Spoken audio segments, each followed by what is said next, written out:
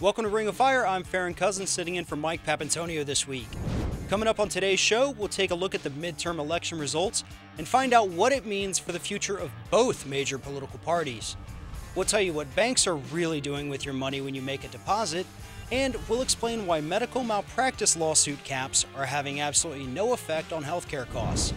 We have all that and more coming up, so get ready. You've stepped into the Ring of Fire. You can't change Washington from the inside. You can only change it from the outside. Grand jury secrecy rules. For political gain. The press can find out. That has nothing to do with politics, but go ahead. It wouldn't bother me. Oops.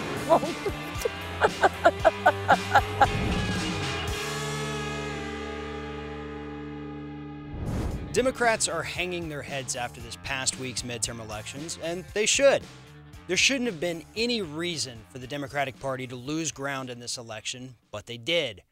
In some races, they were actually defeated by candidates who make Forrest Gump look like a Rhodes Scholar. The Democratic Party was defeated by anti-science, anti-LGBT, anti-women, anti-minority, and anti-government candidates in races all over the country.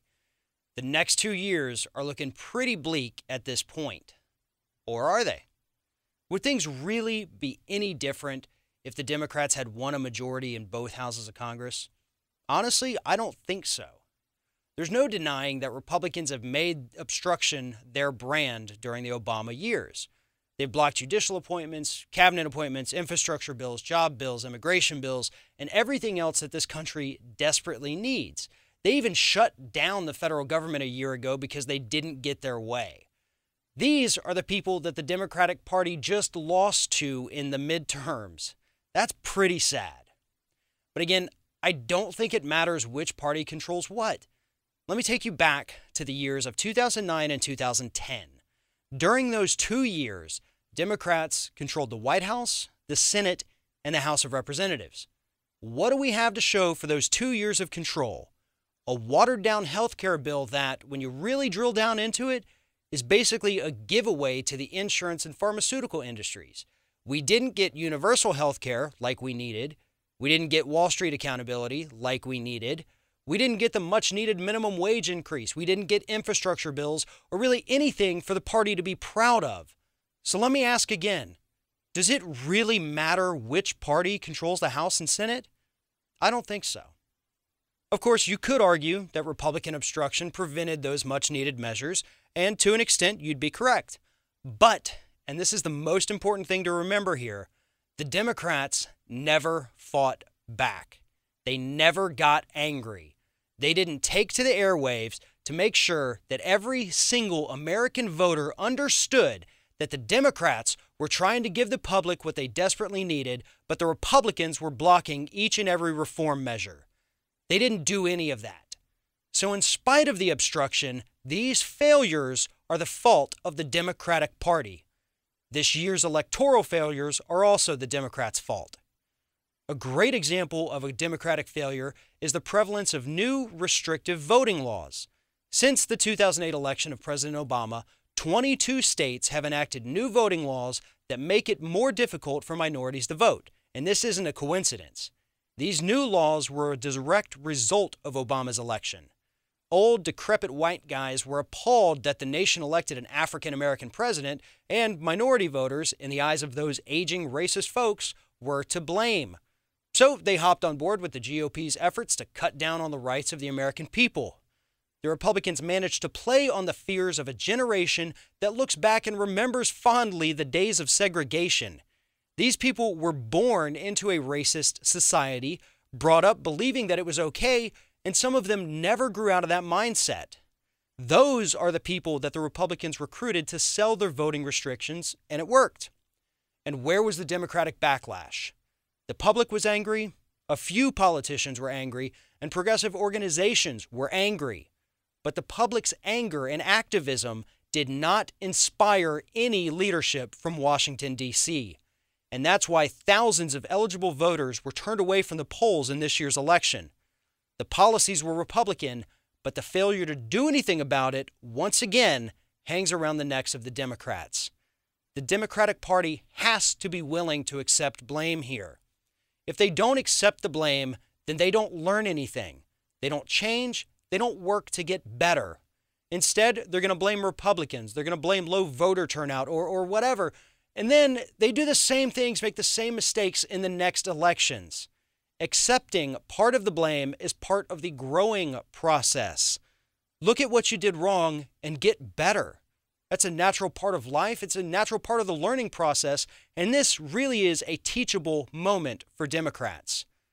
The lion's share of the blame in this year's election losses goes to the corporatist wing of the Democratic Party, the Hillary Clinton wing.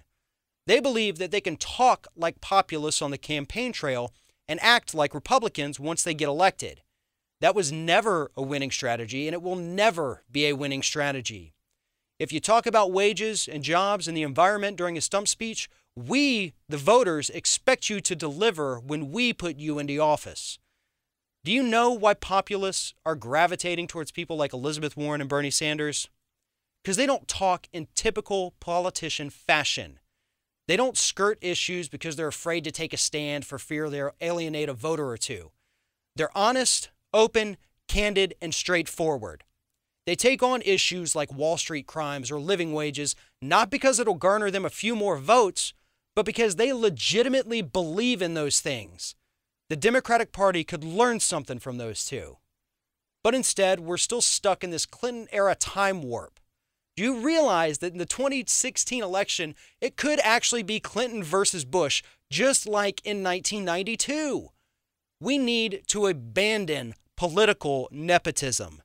We have to move on from the failed ideas of the past and embrace candidates who represent new generations of Americans. Generations that are coming of age with tens of thousands of dollars in student loan debt. Generations that are facing a job market that won't let them in. Generations that are begging the old guard to protect our environment so that we have a habitable planet 20 years from now. It is time to say goodbye to the Clinton wing of the Democratic Party, which also happens to be the corporate wing of the party. American democracy was not built to serve special interests. It was built to give formerly repressed people a say in how their country is run, and that is something that I think we have all forgotten about. Like I said, this is a teachable moment for both the Democratic Party and American voters. The decision on whether or not to take that lesson and apply it now rests with all of us. I, for one, will not waste this opportunity, and I sincerely hope that you don't either. These next 2 years will be tough, but we know where we can improve. We have to improve the Democratic base. We have to unite the different movements within the progressive community. Unions have to stand up for environmentalists, and the pro-choice movement needs to speak out on behalf of voting rights groups. No single issue is bigger than all of the issues, and without unity among these groups, there will never be victory. From defeat comes knowledge. And while the next few years will be rough, if we take the lessons we've learned from this year's elections, we can move forward as a unified movement that knows how to win and that will deliver what they promise.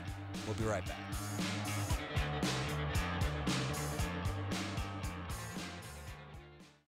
We perpetuate a culture of crime all the way from Wall Street right down to the main street in our hometowns. It's worse than it has been since FDR took control of the problem and said we can't count on industry taking care of the American labor. They probably have already engaged into some type of criminal cover-up, and the law prohibits the government from even doing anything about it.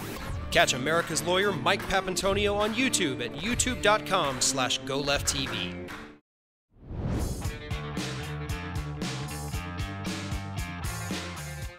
A few months ago, Mike Papantonio spoke with author C.J. Werleman about the issue of American voters being too stupid for their own good. It's a very interesting piece, and given this week's midterm election results, I think it's very relevant. So let's revisit that interview now. The average American, unfortunately, there's some problems out there with what they know and understand. The average American, for most people, can't even name a single Supreme Court justice. They think to this day that Saddam Hussein was involved in 9/11, and too many voters still think that they might run into Bigfoot on their way to the polls. It's some scary stuff. I have author C.J. Werleman with me to tell us why this is happening, and more importantly, why it's the problem. It's pretty obvious about why it's a problem, but CJ's a great columnist, writes for Alternate and Salon. He's the author of the new book, Crucifying America, The Unholy Alliance Between the Christian Right and Wall Street. Just an all-around, really smart person. CJ, great job on this article. The Americans are dangerously politically ignorant. You're unequivocal about it, aren't you? Yeah, well, thanks, Mike, and thanks for the very, very kind the kind introduction. So happy to be on your show. But mate, I think what I touched on in this piece is something, as you alluded to, is very scary. That 91% of Americans can't name the current Chief Justice is alarming, and it's especially alarming considering the number of high-profile cases that we've had in the United States just in the last few years, everything from the Affordable Care Act to same-sex marriage and campaign finance laws.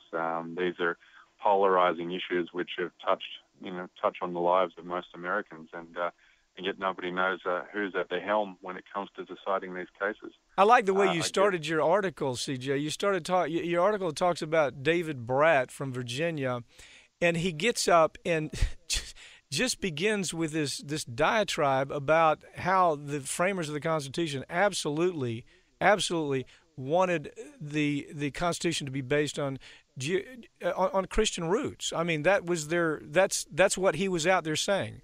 Judeo-Christian roots is where all this came from, and that they acted on behalf of God to write the Constitution, and nobody questioned him about it. I mean, that's what's remarkable. Journalists, gone to school to be journalists, nobody asked the question, well, what the hell are you talking about? Yeah, well, I mean, what he said is no different, really, to almost what is the Republican Party's platform. If you look at their platform, they believe that that's how the Constitution was written. They believed it was handed down by God, and what it doesn't make him the exception to the rule. I mean, he is only echoing what people like Sarah Palin to Ted Cruz will mutter in any public debate when it comes to the origins or the genesis of the Constitution. Well, I mean, but that to me was a great framework to understanding that the overall incredible majority would really tell you that that where it comes to the framers of the Constitution, their whole intent was to make sure that they fashioned something consistent with Christianity, something consistent with the Old Testament and New Testament. Nothing was further from the truth. But it's worse than that. I mean, there's this collective ignorance that really seems to pervade. It's a civic illiteracy almost, as I think you've described it. How bad, if you were to quantify, how bad is it? Where would you begin? I think a great illustration of how bad it is the Affordable Care Act. Let's take Kentucky for instance. Now, if 25% of residents, when residents of Kentucky are asked how do they feel, if they have a positive or a favourable view of the Affordable Care Act, only 25% will respond in favour. But if they're asked how do they view about Connect, which is the state exchange for the Affordable Care Act, more than half respond positively. Now, bearing in mind that both, the Connect is the state exchange for Obamacare. Now, that illiteracy in not understanding the difference and not understanding it's one and the same thing allows someone like Mitch McConnell to get away with saying, I still want to go ahead and repeal Obamacare, but we can keep Connect. I mean, as one journalist said, that's like the Miami Heat saying we're going to trade LeBron James, but we're going to keep his jump shot. Well, it's even crazier. In your article, you talk about 42% of Americans think that the Constitution explicitly, the U.S. Constitution explicitly states that the first language to be used in the United States is English. I haven't seen that. Taken many constitutional law courses, haven't seen it. 25% believe that Christianity was established in the Constitution. Now, verify that I'm not making that up. No, that was a poll taken by the National Constitution Center in 2007. So, and that poll was taken from a wide sample across, the entire breadth of the United States. So, I don't think this poll is something that's in isolation. I think this is truly reflected not only by this poll, but anytime you turn on Fox News or any part of the right-wing echo chamber, you will hear right-wing Republican politicians echo sentiments which drive to those points. And like you mentioned earlier, the media never calls them out. I mean, I think in what I said at the end of the piece is the media is part of the problem, and the mainstream media, because there's nauseating drive to be impartial at all costs, and the conflating of opinion with fact allows people to get away with saying stupid stuff. In other words, if you have Republicans come up and say there's no such thing as gravity, and the Democrats say, well, there is gravity, CNN would put you on the air in a debate of whether or not gravity exists, just like we're seeing with virtually everything right now. And then CNN stands back and says, look, Democrats and Republicans are fighting again. Well, and the commentator may even say, people disagree. I mean, that's how crazy. People disagree. Gravity is real. But you see, where does that – I was a journalism major back at University of Florida. And, of course, that was back in, mid-'70s, early '80s. And the what we were taught then was, you got to tell the story on both sides, but you don't buy into stupid. It's not your role as a journalist to buy in and then promulgate stupid. That is the new standard in journalism now.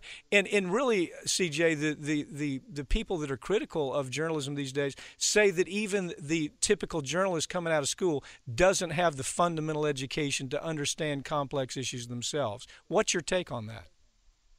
Yeah, well, I think it's all the continued dumbing down of society. I mean, that the media was never like that, and you mentioned that.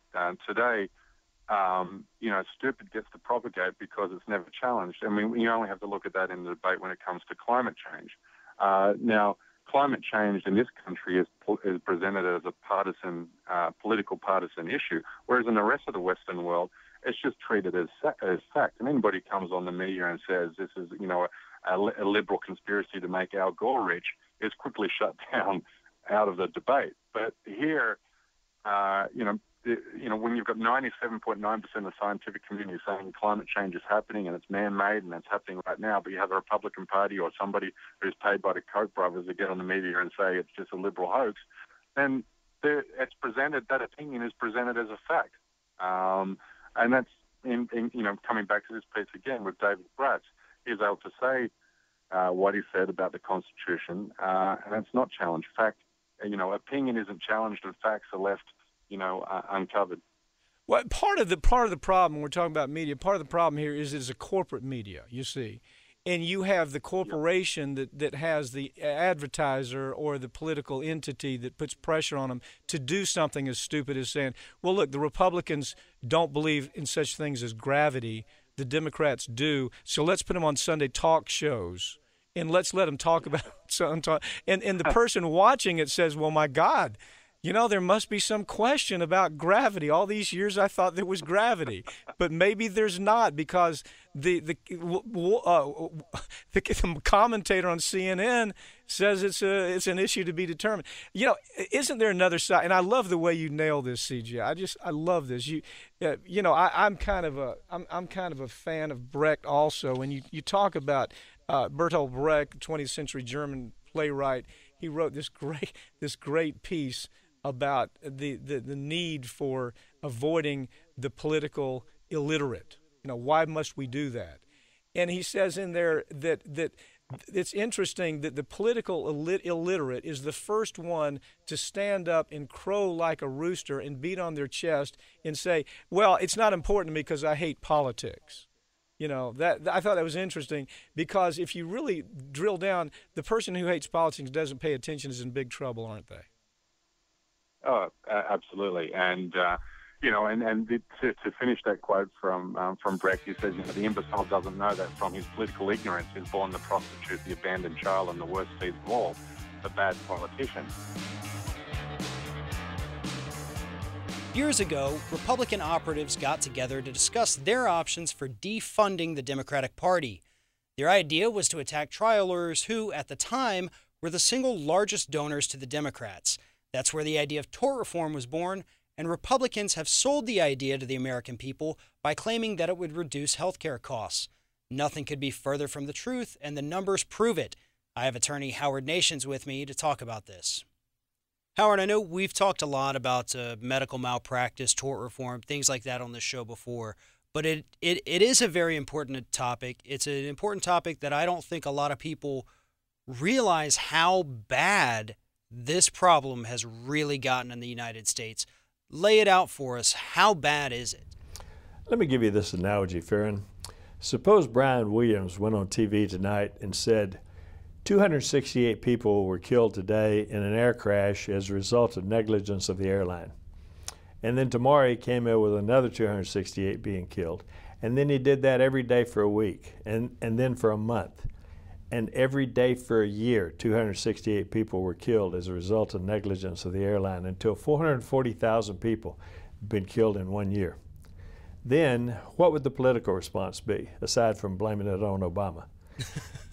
We'd shut down airports, airlines. We'd have a full-scale investigation. They, I would assume, would try to figure out, what is going on. We're killing so many people every day.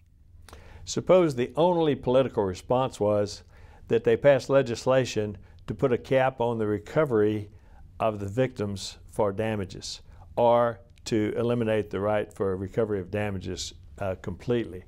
That's what's happened. That's the status of medical malpractice today. The fact is, medical malpractice after heart attack and cancer is the third leading cause of deaths in America. Preventable medical errors in hospitals specifically. Now, listen to where the statistics come from on this.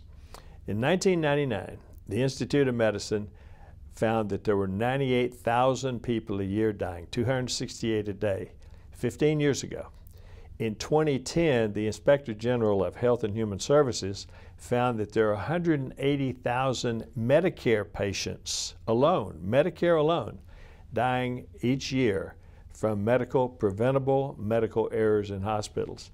Now, last month, in the Journal of Patient Safety, there's a new finding of 440,000, up to 440,000. That's 1,205 people per day of preventable deaths are occurring in hospitals. If it were from any other cause, it would be epidemic proportions. It would be a major crisis. Look where we are today from one death from Ebola in this country. And there were obviously some hospital errors that took place with that one as well. That those errors have made it onto the news. How did this nurse break protocol? But when you have doctors out there who, out of nothing more than sheer negligence, killing over 1,200 people a day, close to 500,000 people a year. I mean, those numbers are getting up there, not quite as bad, but, those are, tobacco numbers. Those are, things that we took action on. And as you pointed out there, the only thing that Congress has done, that state legislatures have done, have said, okay, this is a problem, so how do we address it? Let's go after the trial lawyers. That's what they've done. Well, let me tell you about that death from Ebola in Dallas.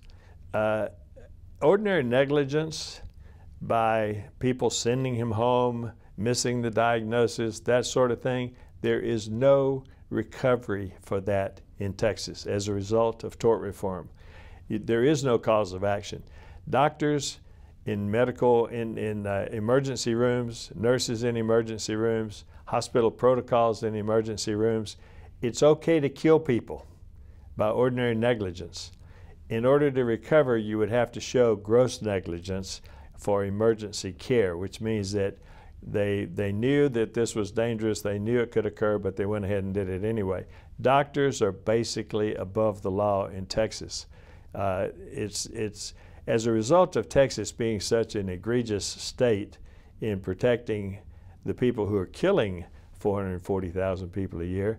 One of the things they did was place a cap on damages of victims.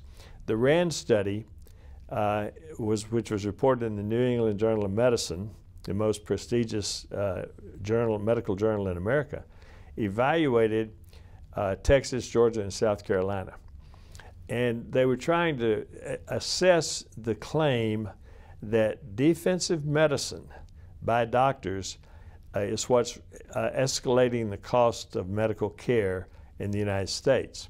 So they reviewed 3 million medical records. They reviewed 3 matrices, which is frequency of imaging studies, the rate of patient admission post-ER, and the total charges for ER. They compared it to states with no caps on damages, and they found there was no difference. In other words, if caps on damages were effective, you would expect a reduction in those 3 categories. There was no reduction. Another RAND study said that the AMA itself said that defensive orders account for only 2.9% of the cost, most of which is additional days in the hospital. And these are, those talking points. That's how they sold this concept of tort reform, of malpractice caps to the American people. They went out there and they said, look, understand your healthcare costs are through the roof. We enact tort reform, they're going to go down. Listen, doctors are leaving your state because they're getting sued for malpractice every other day. They're going to leave your state. You're not going to have a doctor. People said, yes, we need tort reform. They said doctors will be able to charge less money because their malpractice premiums are going to drop because they don't have to worry about these, quote unquote, frivolous lawsuits. And people said, yes, that's great. We're all behind it. And as you just pointed out, none of that happened. In fact, in most cases, it's quite opposite.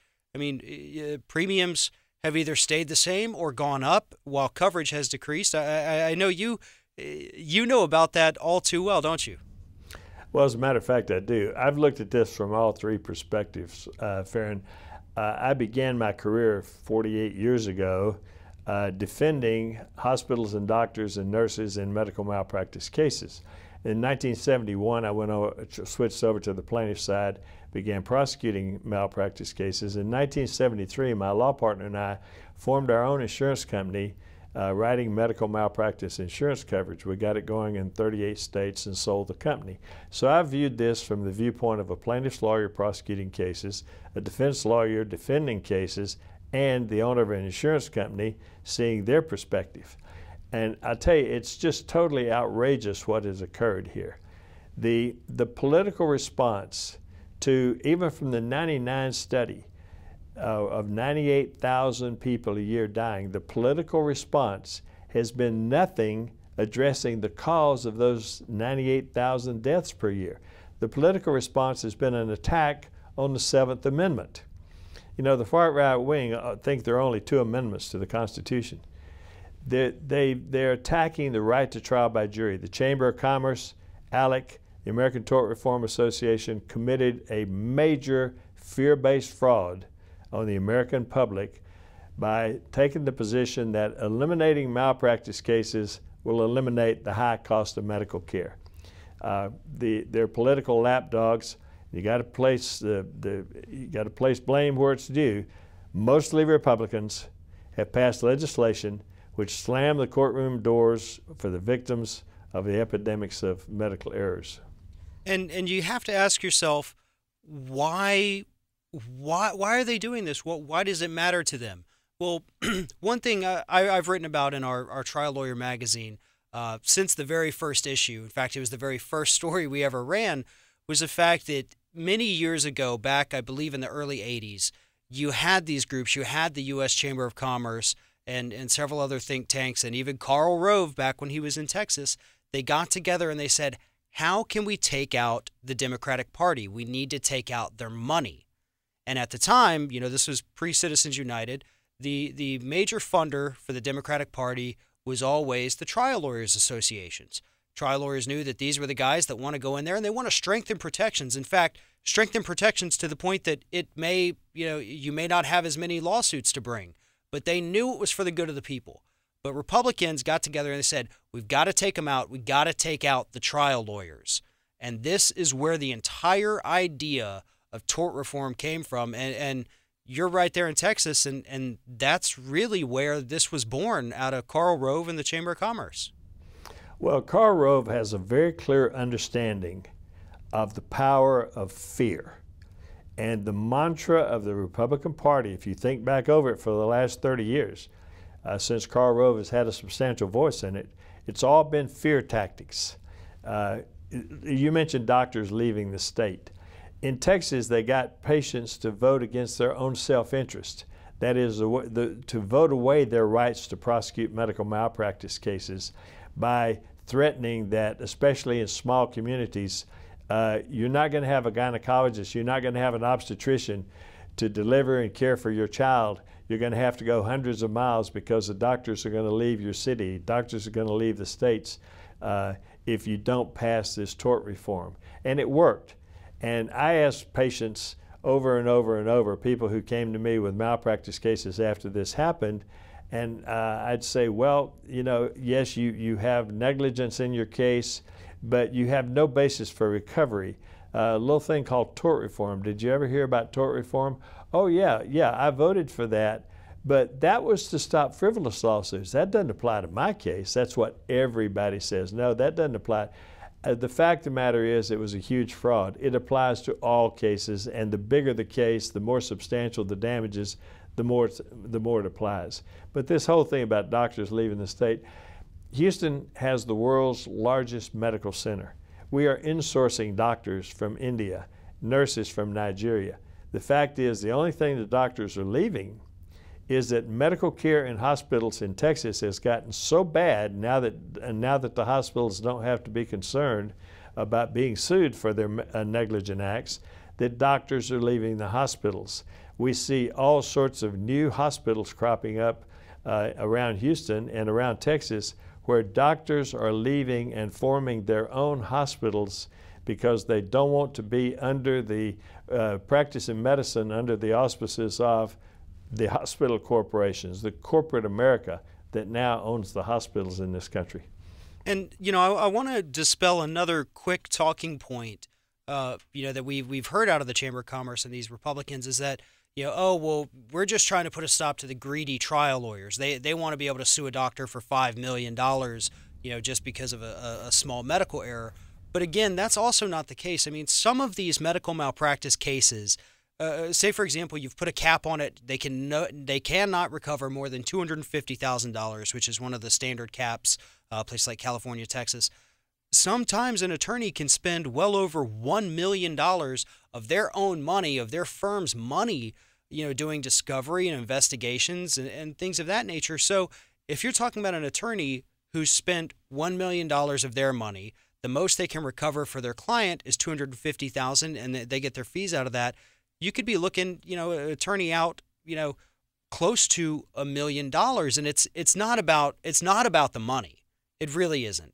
You know, you don't do these medical malpractice claims to get rich quick, but it becomes a reason for attorneys to not take the cases because they can't devote the time to losing that much money. I mean, it's very unfortunate, but it does happen. I mean, we've spoken to attorneys over the years on Ring of Fire who've said, you know, I hate it that I have to, but I have had to, you know, decline medical malpractice cases because the caps are so high and my firm can't even afford to do the discovery. Well, in Texas, it's not just about the caps. They have so many traps built in there. They put so many hurdles in that it's virtually impossible to win and keep a malpractice verdict. If you got $1 million verdict in Texas, the Republican appellate courts, which are just completely owned by the corporations in Texas, in America, the appellate courts would take away that verdict. And at the last resort, the Texas Supreme Court, which is completely in the pocket of the medical society, hasn't ruled in favor of a plaintiff in 15 years. So the effect of it is if you put up that $100,000, $200,000, $500,000 it costs to prosecute a case, you get a recovery, you don't keep it. So they basically have slammed the courthouse door. I have not handled a malpractice case in Texas since 2003, since September 1st, 2003, when the tort reform went into effect, because it's just beating your head against a wall to go in and try to get a big recovery for a client who really deserves it and needs it, and only to have it taken away by the Republican appellate courts. Let me tell you the effect of this political response of attacking the victims instead of attacking the cause of these deaths. In 1999, the study showed that there were 98,000 people a year dying as a result of medical errors in hospitals. That's 268 a day. The politicians attacked victims' rights. The politicians ignored the cause of death. The hospitals, which used to be caregivers, are no longer caregivers. Hospitals are now owned by corporations. They're now profit centers. They're insourcing cheaper workforce. They're cutting corners. They're cutting on care. They're cutting on staffing. And the result is that 15 years later, 98,000 deaths per year has now turned into 440,000 deaths per year. 268 deaths per day has turned into 1,205 deaths per day. Still, there's absolutely no actions by the politicians to go to the source to stop the malpractice, or at least reduce it. Doctors and hospitals have been placed above the law. The bad thing, Farron, is in addition, there are 35 million more people insured as a result of Obamacare, so the numbers will continue to increase. The report by Dr. John James, who's a toxicologist at NASA, found the 440,000. His methods have been verified by prominent safety researchers. This is interesting. The American hospital's response to the 440,000 figure is, we believe that the 98,000 figure is closer to accurate. In other words, the American Hospital Association itself is saying, we're only killing 268 people per day. But still with this, even with that admission, there's absolutely no action to stop this epidemic except to protect the corporate perpetrators and abolish the rights of the victims. And something I think all the viewers here need to understand, need to get it in their heads, and they need to remember this, next time they head to the polls, next time they hear these talking points. This medical malpractice is just the beginning. Once they get this, they're going to go after consumer protections and every other form of lawsuit in this country and take away all your rights. And Howard, I'm glad we have people like you out there fighting and telling this story to us. And thanks for being with us today. Thanks a lot, Farron. We've spent a lot of time talking about the crimes of the big banks, and there's a good reason for that. Almost every American will be at the mercy of a bank for some point in their lives, whether it's trusting them to hold your checking account or seeking a loan for a house or a car. The banking industry is heavily involved with our day-to-day lives. The question is, what do we know about the banks, and what are they doing with our money? Joining me now to help answer that question is attorney Michael Berg. Michael, when we go and we put our money in a bank, we assume it's almost like It's a Wonderful Life. When you think of, they go, they put their money in, and they come back and they say, well, where's our money? They say, well, your money's in his house. Your money's in his house.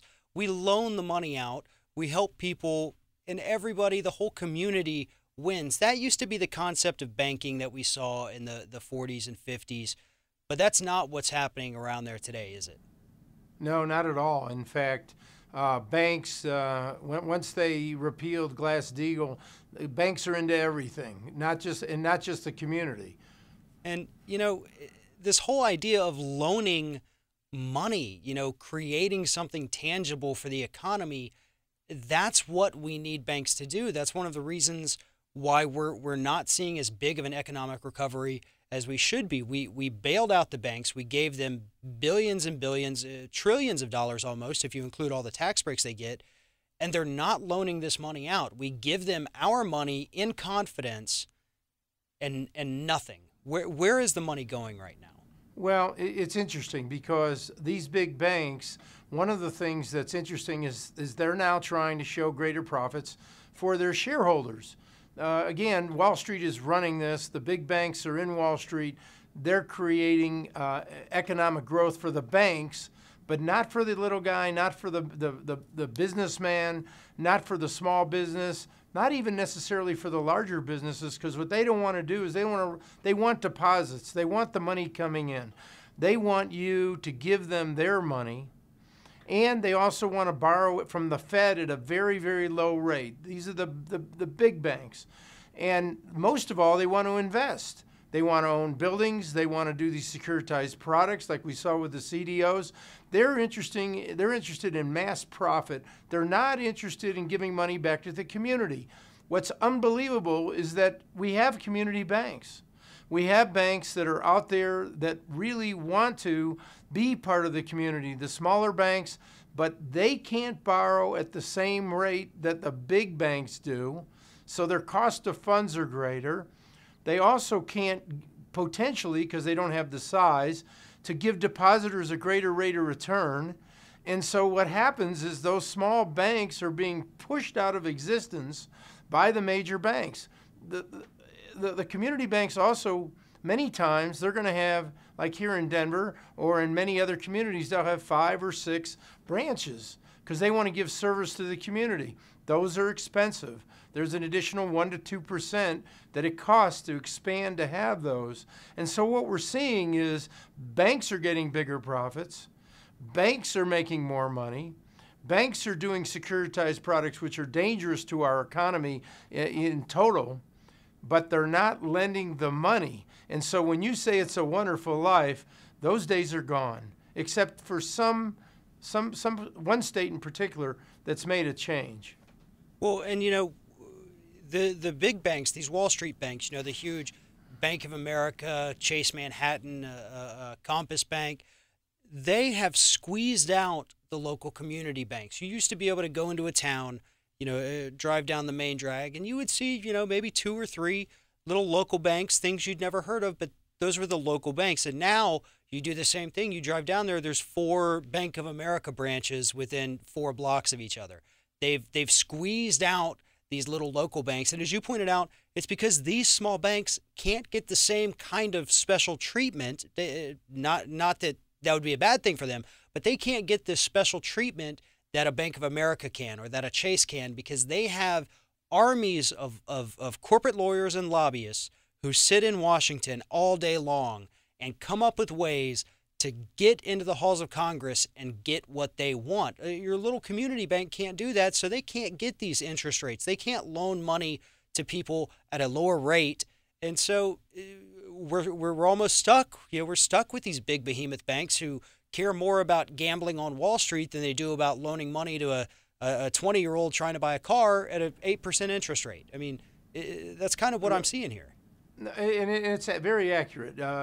Farron, you're absolutely right. The other part that's not in there is these credit cards. The big banks, they're if you see, they're tied in with the airlines. They're tied in with cash back, and what they want to do is they want to get all your money. They don't want to have usury laws on credit cards. They can get you for 21%, 22%, and yet. The small bank, they don't have the structure to give you a credit card. And if they do, it's hard to compete. So they're basically wiping out those community banks that we used to see in every community. They're wiping them out at all levels. And exactly what you said is they own Washington. They own the House. They own the Senate. They own the presidency. They're there to dictate to the American people that you don't have a choice. Either you're going to play by their rules, and their rules are strictly for them. And people who need money for small businesses, they can't get it. And so they have to figure out how they're going to survive. And when you talk about them owning Washington, the real dirty part about Wall Street and these banks is that they have so much money. If you pull up the finance reports on where they're spending their money, it's almost even. They've got so much money, they buy both sides, so it doesn't matter who wins an election. It doesn't matter who the president is. They've paid off both sides. They win. I mean, that's like going to the roulette table and putting $1 on every spot on the table. You win no matter what. And so that's exactly what's happened. And I want to touch back. You mentioned this is happening in all states but one. What's the exception there? Well, North Dakota, they came up with a real system to try to get money back into the community. And it's really what you'd almost describe as a public bank. The state revenues are collected, and, millions and millions of dollars, especially, North Dakota is booming in the oil and gas business right now, so their revenues are way up. And what they're doing is they take that revenue and they're depositing it into community banks. Banks in North Dakota, not banks that are, not the big banks, not Chase, not Bank of America, but in the community banks, giving the money back to the community. And what is happening is those community banks are now able to increase their average loan. So Joe down the street can go borrow to get a car. Their loans, if you compare them to other states, their average loans are double or triple the amount. But it's because of the funding that's been done by the state of North Dakota with their state banks, not the federal banks. These are state banks. And so in essence, they've created their own system to put money back into the community. And that's an example that I think many states can follow to try to keep our community banks alive and give the small businesses an opportunity to borrow. Today, if you're a small business and you go into Chase or you go into Bank of America, more likely than not, they're going to say to you, yeah, we can lend you that $50,000, but you got to put $50,000 into our bank. Well, that's, on deposit or security, or they're going to want to take all your business. They want to take everything there is to keep you in business. And that's just not the way it was back in the 50s or 60s, or even way back when we saw It's a Wonderful Life, where we had the Bailey Bank and Loan. Yeah. And that's what the community needs. That's what we need in our society. And another big point there too is that we're looking at these little local community banks, and they do have to follow strict regulations, very strict compliance, and those are rules and laws that actually do not apply to banks like Bank of America and Chase. I hate to keep using the same ones, but it's the most popular. Everybody knows them. But because those local banks operate within a city, within a town, within a state, within the United States, those rules are a little bit more strict. And so that is hurting them. Not that, rules are bad by any means. We need them in place to prevent fraud, to prevent things like that. But when you have these Wall Street banks come into a town, they do operate under a separate set of rules, being an out-of-state bank. That's why most of the time when you get a credit card, it comes from Delaware. They base everything out of a place with low regulation, and they come in, they swoop out these little local banks, and so back to the main point. We've only got about a minute left here. What happens when we give the bank our money? They take that, they go put it in a CDO, a swap, a derivative, whatever those things really are. What is the overall effect when that happens? Well, yeah, less borrowing, less economy, less economic growth. It's the banks are growing, but the communities are not. Those rules you're talking about, so people understand, is those banks have to have reserves. They have to have so much money in their deposit to lend out money. Well, that's difficult when you're competing with these big banks, and so they go in and they can't compete. And so I think right now we need to have some new regulations. The people have to stand up and protest this and say, look, we need to save our community banks. We need to have state-run banks. We need to be able to force the big banks to loan the money out rather than going for the CDOs and these buying office buildings and all the real estate investments to try to keep the small businessman alive. Because otherwise, there's no hope, because you have to have that borrowing to survive.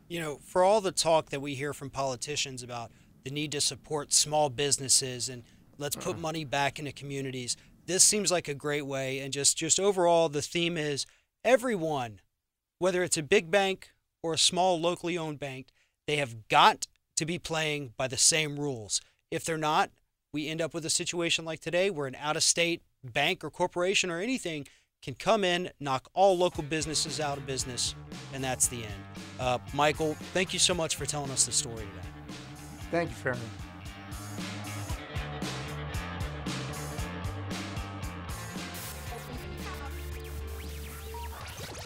So, Pap, we've been talking a lot about wealth inequality in this country, and I think it has become, certainly since Occupy, it has become far more in the forefront of discussion. Over the past couple of years, we've had some small progressive gains. You've had about a half dozen cities have added things like paid sick leave. Across the country, we've got 4 states that are going to be voting to raise the minimum wage: Nebraska, South Dakota, Alaska, Arkansas. One thing that I saw this week that really struck me, and I think it's indicative of just how much financial insecurity there is. We hear talk that supposedly the economy is rebounding, the stock market has been going gangbusters, but for the vast majority of Americans, they are not sharing in this rebounding economy. And this I found fascinating. Americans took the least amount of vacation time in almost 4 decades last year. They forfeited billions of dollars in compensation, and not only that, despite the fact that that Americans probably thought they were scoring points with their bosses, they didn't. Americans with paid time off used 16 of 20, almost 21 vacation days in 2013, down from an average of 20 days off from 1976 to 2000. It added that 169 million days of permanently forfeited U.S. vacation time equated to $52 billion in lost benefits. In other words, people are subsidizing their bosses because they're afraid to take time off. Well, you know what? I got to tell you, we've been focusing on the politics kicking around. While the politics have been kicking around of midterms, the crazy stories have continued to get even crazier. You've got Politico. Now, first of all, you're just like I am, suspect as hell of Politico. I think Politico is like, just this wolf in sheep's clothing is, I guess, the best adage for them. But they come out and they let the BP executive, Jeff Morelli, to come out, who's a senior vice president of communications at BP, and he starts giving this litany of lies. Why do they do it? Because he has close personal relationship with the leadership at Politico. Now, papers all over the country have beat the hell out of Politico for this. They allowed this BP executive to use this platform to spread these incredible made-up lies about how everything is fine in the Gulf. I'm honest to God. This is what this Politico piece said. Now, why did they do that? Because he's pals. Honest to God, Jeff Morrell is pals with the people at BP. And so here's the lies. There's no danger to the sea life anymore. The ecosystem has been completely cleared up. There is no oil on the bottom of the Gulf. That is a lie. Let me go on with the other lies. Yeah, there was no impact to the ecosystem. That this case is completely being made up by greedy claimants. That BP should be given complete immunity in this because the government was responsible. Now, these are Morelli. This is what Politico. This is the type of stuff that Politico allowed to be on their pages because there's some kind of love relationship, good buddy relationship between Jeff Morrell, who is the senior vice president of communications, and the folks at Politico. But here we are, we're thinking Politico is this organization that they just take it right down the middle, buddy. They just tell the truth right there. This to me is the biggest black eye for that organization. And if we'll keep talking about it, we're going to start identifying more Politico scams. This is nothing but a friggin' scam. Well, I got to say that I think people online are starting to refer to them as BP-Politico, as it were. But, it's fascinating. Also coming out of South Florida, not only that story about BP, but in a larger picture, and this is really basically just a cry from help coming from the southern part of your state, Pap. But South Miami, Florida, held a vote, and it's just a cry for help, but it's frankly, we're going to need to see more of this. They voted to support the secession of southern Florida from northern Florida because they know that the people in the state house in Tallahassee, and when you got a state controlled by a guy like Rick Scott, they know that Tallahassee is doing nothing about global climate change, and that Miami sits upon limestone. And as the sea rises, not only is the ocean going to sort of spill over onto the coast, but it's going to bubble up from the ground. And this is a cry for help that they need actually someone in Tallahassee to pay attention. And again, it's part of the broader story you're talking about. I mean, we have an absence of leadership in this country. And granted, President Obama has tried, and he is jammed up by the Republicans, But it is stunning that that you've got cities now having to resort to this type of thing. And, part of the reason is you've got the corruption of the larger media. I mean, when BP can essentially buy their way onto Politico, you've got, right now I'm looking at Politico. Politico's Energy Insider Tweet Hub, presented by Chevron. Now, of course, we're not going to hear anything about global climate change. Of course, we're not going to hear anything about Chevron trying to buy an election out in a mayoral race out on the West Coast. We're not going to hear anything about what BP has done to the environment. This is their own now larger... by the their own. But the worst thing about the Politico story, of course, is the personal relations. Look, talking about, we got a couple of minutes here, but talking about Florida. So many of the Blackwater security guards came out of kind of the special ops organizations down in Florida. All around North Florida, you've got that's where special ops train. This jury issuing a guilty verdict for Blackwater guards. What a victory! What a victory for decency. 4 former Blackwater security guards, they were convicted of this 2007 shooting, more than 30, I think 30 or 35 Iraqis in Baghdad. And what ended up happening was then when the jury heard this, it was that they concluded that here you had these Bruce Willis types dressed up like they're still in a real war that just damn sure wanted to shoot somebody. They just damn sure wanted to kill somebody, and they found them guilty of first-degree murder because of that. And that's I mean, it's a perfect example of the problems with hiring mercenaries, frankly, and just another attempt to in some way hide the impact of war from the American public. That's it for this week's Ring of Fire, but you can keep up with us throughout the week online at ringofireradio.com, on Twitter at Ring of Fire Radio, and on Facebook. I'm Farron Cousins, and we'll see you next week right here on Ring of Fire.